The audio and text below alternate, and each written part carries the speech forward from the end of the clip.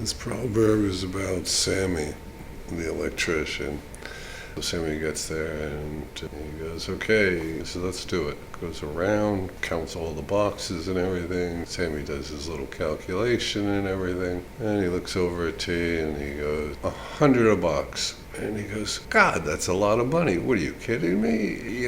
Everybody's estimate was 30 and under, was the highest bid. And you're telling me 100 a box? That's just a little out of line. He goes, well, he says, just explain to me what's the difference between everybody else's bid of putting the wires in, putting the boxes in, and all the switches and plugs and all that stuff in their work and your work. Sammy looks over and smiles and goes, service. It all comes down to service. He says, that's what you're paying for. He says, look, you guys go up to the windows of the world and you'll grab a hamburger, and that hamburger, which is a quarter pound of beef, will cost you $35 for that hamburger. I can go out to McDonald's and for $2 get that same quarter pounder. Now what's the difference? They're both a quarter pounder hamburgers. Difference is service. The way they raise that beef, the quality of the beef, how it's treated to get to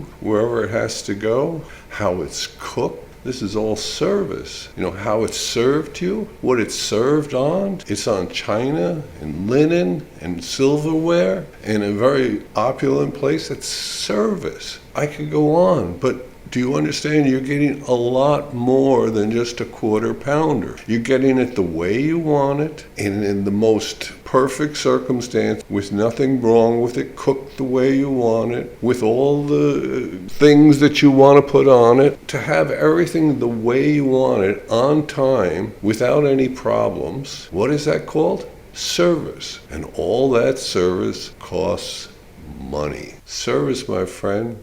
And T laughed and says, thank you for the education. It's service that I'm going to pay for.